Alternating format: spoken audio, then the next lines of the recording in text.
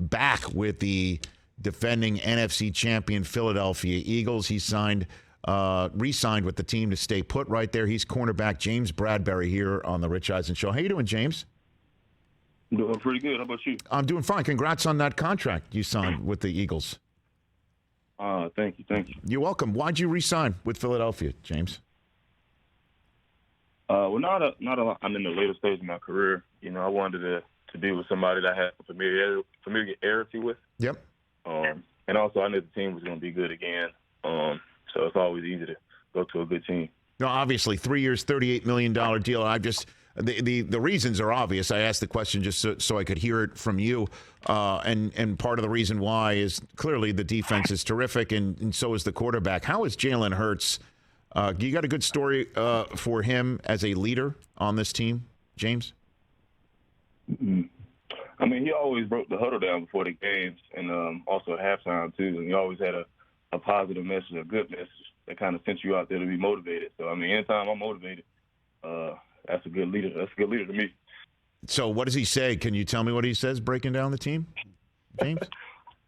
I mean, he broke it down so many times. He had so many messages. I know one thing he always says is keep the main thing the main thing. And I think that's kind of straight to the point, you know. Sure. We're focused on one goal. And each one of us out there, we have a goal and a job that we have to do.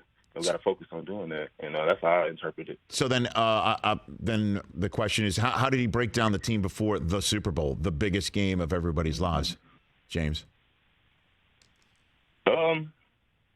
One thing I can say about him, he always kept it the same, no matter who were winning or losing. You know, he always had that even keel, same mentality. So honestly, I don't even remember what he said before the Super Bowl, but I'm sure it was. I mean, it had us motivated. You know, I was kind of looking out in the stands and whatnot too, looking at the fans, but also listening to. You mean the fans that were booing all the Dallas Cowboys, from Dak Prescott, the Walter Payton Man of the Year, and also DeMarcus Ware, the Hall of Famer? Those fans? Is that what you're saying, James? Man, yeah. You know what? That's probably why I don't remember everything he was saying in the huddle, because it was a lot going on, so I was looking around. There was a lot going on. James Bradberry here on the Rich Eisen Show. How have you processed the final play that you were involved in, obviously, in the Super Bowl since that day, James?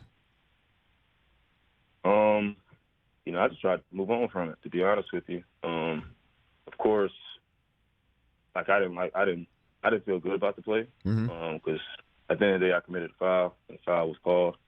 And it pretty much, it didn't give our offense a chance to go down the field. And that didn't really settle in until after the game, and I actually thought about it. And then it kind of made me a little bit more mad or angry with myself. But at the end of the day, you just got to move on from it, because that's how football works, you know. And I appreciate you, coming on this show and giving me, the time to bring it up again. And I'm sure it's something that you definitely want to move on from. But I was, taken aback as to how honest you were after the game. And are you aware of how you helped the process, along in a way? There's still so many fans upset there was a flag called.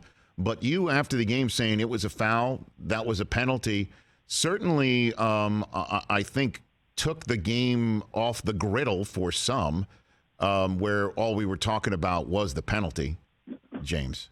Why were you so honest about it, is basically the way I'm asking. At the time, when the play ended, the ball was thrown, I think I gave like a little incomplete wave, and I turned around and I saw the flag on the ground, and then I instantly looked up at the jumbotron, and then they showed the side angle where you could see I grabbed his jersey, and that's all I needed for myself, really. I knew what they called the flag on. I saw it, and then at that point, like, no matter what I say to the ref, he's not going to change the call, and that's why I wanted to just jump ahead of it after the game and just be upfront about it, because I could deny it and blame it on the ref and say he shouldn't have called it in that moment, but I did, so I can't really debate it. Well, and I don't know if you follow college basketball, James, and I don't know if you were watching at all the game between San Diego State and Creighton on Sunday, where there was a foul called with 1 second left that put San Diego State at the line, and they wound up winning by 1. And it's kind of brought up the conversation again nationally as to whether a foul or a penalty, in case of the NFL, should be called in the final seconds of a crucial contest. Obviously, the Super Bowl is the ultimate for the NFL, and this was an Elite Eight game in the college basketball men's tournament. But what is your sense on when a foul should be called, if whistles should be swallowed, James Bradberry?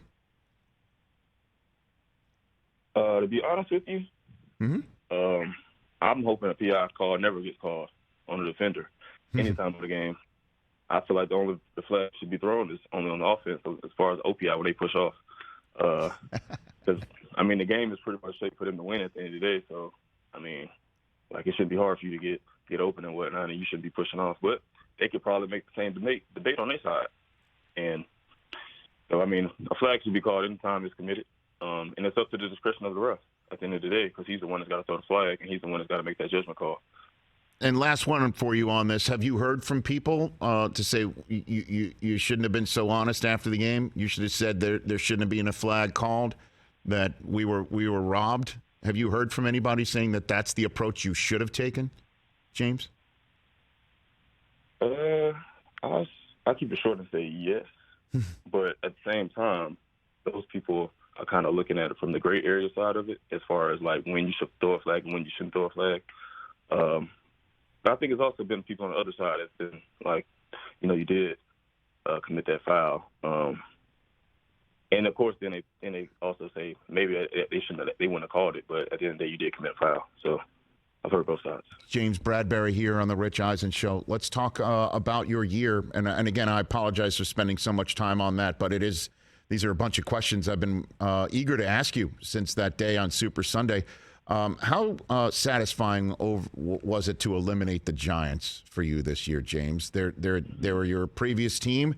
So many in the metropolitan area were scratching their heads as to why you were put out there for the Eagles to snap up, and obviously you had an incredible season for them. Was that particularly satisfying for you to eliminate the Giants in the playoffs, James? Oh yeah, definitely. And I think that's just me wanting to compete in my competitive edge. Mm-hmm.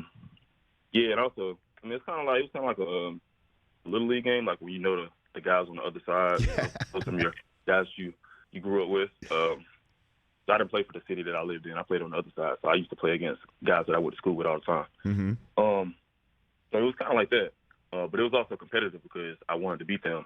And I knew some of the coaches, and I wanted to beat them. I didn't want them to be able to say that they beat me and they released me. Like you can't get both of them. So it felt good. I love it. And now did you think you were losing Slay for a split second? It sure looked like it, and then not so much, James. Right? A couple weeks ago. At first I thought Slay was going to go on. And I was also talking to him too, so I kind of understood where he was coming from, mm-hmm. And I understood their side of. I kind of understand their side of things too. But I want Slade, to make as much money as he can. I want every guy to make as much money as they can. So I understood. Absolutely. And so, what's your message to the Eagles faithful, James, who thought this was the year, and you guys had a terrific year. You've lost some significant members, but it's including both coordinators. What's your message to Philly fans about the way the Eagles can bounce back, if that's even a proper term for a defending NFC champ? Yeah, I think we're still a good team. So it's kind of a tough question. But at the end of the day, keep it simple. Let's run it back, because I feel like we're still good, and we can compete for a Super Bowl. So let's do it. All right, James. I appreciate the time, and I appreciate you going down, the Super Bowl memories for the way that game ended, and your honesty. And I appreciate you calling in, and let's do this more often. Thanks for the time. Let's do it. I appreciate you having me on. Absolutely. That's James Bradberry. He is a Pro Bowler, and he is a got a new 3-year, $38 million deal with 20 guaranteed, a chance to go up to 44. Baby. With the Philadelphia Eagles right here on The Rich Eisen Show. Catch The Rich Eisen Show every single day on the Roku channel, 12 to 3 Eastern, for free.